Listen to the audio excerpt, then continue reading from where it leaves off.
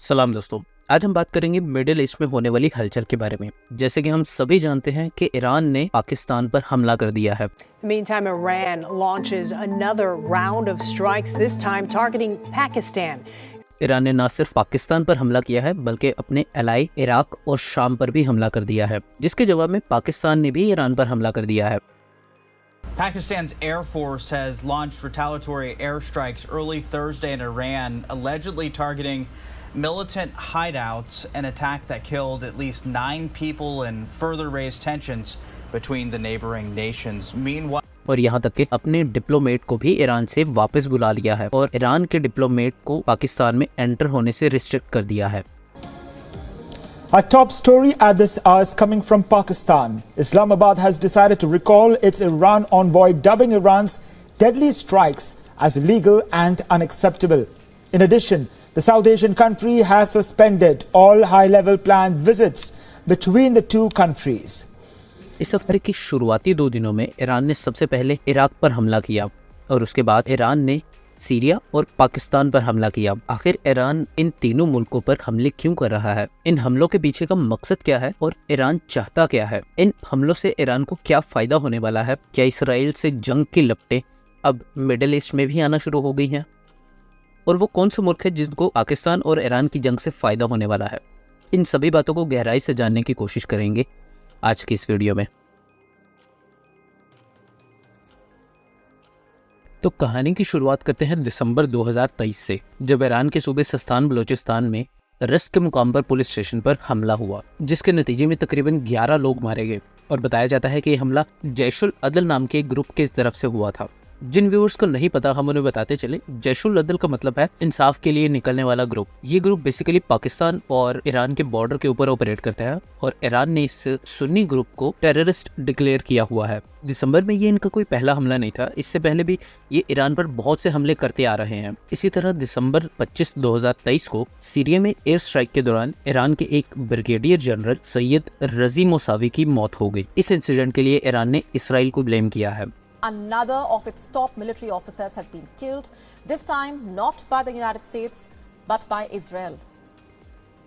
इसके चंद ही दिनों बाद ईरान में ईरानियन मेजर जनरल और कमांडर कासिम सुलेमानी की याद में एक इवेंट ऑर्गेनाइज किया गया, जिसमें 2 बम धमाके हुए। इस बम धमाके के दौरान बहुत से लोगों ने अपनी जान गंवा दी। माना जाता है कि तकरीबन 100 लोग इस हादसे में अपनी जान गंवा चुके हैं। तो यहाँ से दोस्तों आप अंदाजा लगा सकते हैं कि ईरान के ऊपर बैक टू बैक 2 से 3 हफ्ते के दौरान काफी ज्यादा हमले हुए हैं। बम धमाकों की जिम्मेदारी इस्लामिक स्टेट के एक ग्रुप इस्लामिक स्टेट खुरासान ने ली है। जैसे ही इस्लामिक स्टेट खुरासान ने इस बात की रिस्पॉन्सिबिलिटी ली, ईरान ने उसके कुछ दिनों बाद अपने ऊपर होने वाले इन हमलों की मुज़ाहमत तो की ही, साथ में बदला लेने का भी ऐलान कर दिया, जिसकी वजह से दोस्तों ये हमला और फिर उसका जवाबी हमला आने का सिलसिला शुरू हो गया, जिसमें सबसे पहले ईरान ने इराक पर हमला किया और इराक पर हमला उन्होंने इराक के एक शहर अरबल पर किया, जिसके लिए ईरान ने इराक पर मिसाइल्स और ड्रोन्स दोनों ही लॉन्च किए। हालांकि इराक को ईरान का एक अलाय समझा जाता है, यानी उन दोनों की काफ़ी अच्छी दोस्ती है, लेकिन फिर इराक के ऊपर ईरान ने हमला क्यों किया? माना जाता है कि ईरान का कहना है कि उन्होंने हमला इराक पर नहीं बल्कि इराक में अरबल शहर में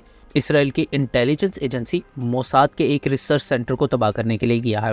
और जैसा कि हम सभी जानते हैं कि मोसाद यानी इसराइल को यूएस का खुला सपोर्ट है, तो ईरान की आर्म फोर्सेस का ये भी कहना है कि उन्होंने मोसाद के एक रिसर्च सेंटर को तबाह किया है, जबकि इराक की अथॉरिटीज़ ने इस बात को मुकम्मल तौर पर डिनाई कर दिया है। उनका मानना है कि ईरान ने मोसाद पर हमला नहीं किया बल्कि एक कुर्दिश बिजनेसमैन पर हमला किया है। अभी बिजनेसमैन कौन है? ये बिजनेसमैन है पेशरो मजीद। पेशरो मजीद एक बिजनेस टाइकून थे। वो रियल एस्टेट का काम करते थे और साथ ही साथ वहां पर रूल करने वाली पार्टी कुर्दिस्तान डेमोक्रेटिक पार्टी के साथ बड़े अच्छे ताल्लुकात भी रखते थे। ईरान का कहना है कि पेशरो मजीद का इसराइल के साथ बहुत ही क्लोज कनेक्शन था। वो मोसाद को इंटेलिजेंस और इन्फॉर्मेशन देने के साथ साथ इसराइल को ऑयल भी एक्सपोर्ट करने में मदद करता था, यानी इराक से जो ऑयल इसराइल को एक्सपोर्ट होता था उसमें पेशरो मजीद का बहुत बड़ा हाथ था। उसके बाद ईरान ने शाम पर हमला किया और शाम पर हमला करने की भी वजह उन्होंने यही बताई कि इस्लामिक टेररिस्ट ग्रुप का एक ट्रेनिंग कैंप शाम में आबाद है जो टेररिस्ट को ट्रेन करता है।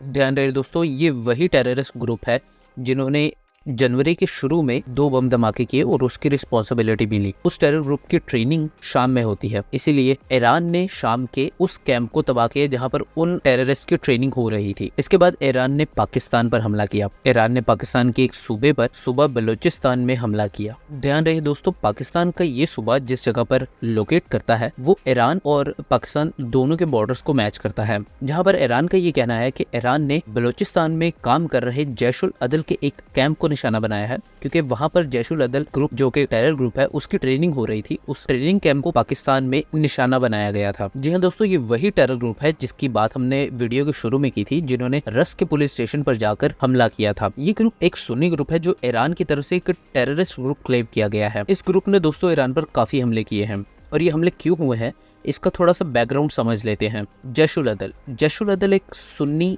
टेररिस्ट ग्रुप है। ये अपने सारे ऑपरेशंस ईरान के एक सूबे सस्तान बलूचिस्तान से ही ऑपरेट करता है। इस सुन्नी ग्रुप की ये मांग है कि सस्तान बलूचिस्तान को ईरान से अलग कर दिया जाए, क्योंकि ये टेरर ग्रुप एक सुन्नी मुस्लिम टेरर ग्रुप है और ईरान में ज्यादातर मेजोरिटी शिया मुस्लिम्स की है। तो सुन्नी और शिया कॉन्फ्लिक्ट होने की वजह से सस्तान बलूचिस्तान का ये रीजन हमेशा से ही क्रूशियल टाइम फेस करता आ रहा है। देखा जाए तो बलूचिस्तान में रहने वाले बलोच सेपरेटिस्ट जो है वो तीनों ही ममालिक में राइवलरी फैला रहे हैं।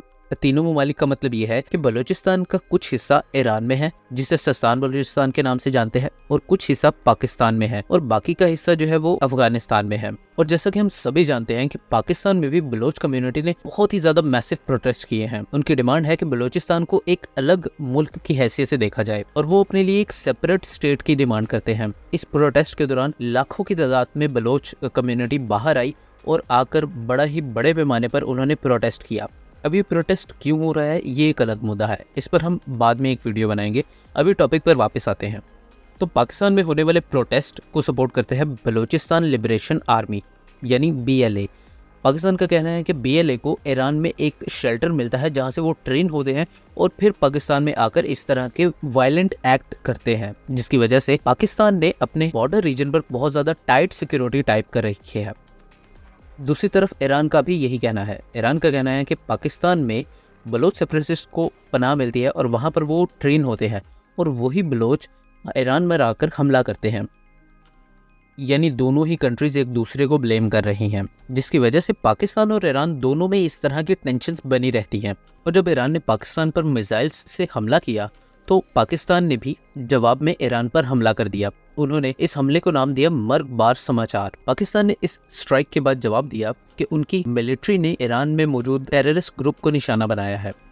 एक्सपर्ट्स का कहना है कि अगर अटैक्स और काउंटर अटैक्स का सिलसिला यूं ही जारी रहा तो मिडिल ईस्ट में एक जंग होने के खतरे लाहक हैं, जो कि पूरे मिडिल ईस्ट को झंझोड़ के रख देगा। हम दुआ करते हैं कि पाकिस्तान और ईरान दोनों ही अपने कॉन्फ्लिक्ट्स को टेबल टॉक के जरिए हल करने की कोशिश करें, ना कि जंग के जरिए, क्योंकि जंग सिर्फ तबाही और बर्बादी ही लेकर आती है। अगर आपको इस वीडियो से कुछ भी सीखने को मिला तो हमें कमेंट्स बॉक्स में जरूर बताइए। वीडियो को लाइक, सब्सक्राइब और शेयर कीजिए। खुश रहें, आबाद रहें।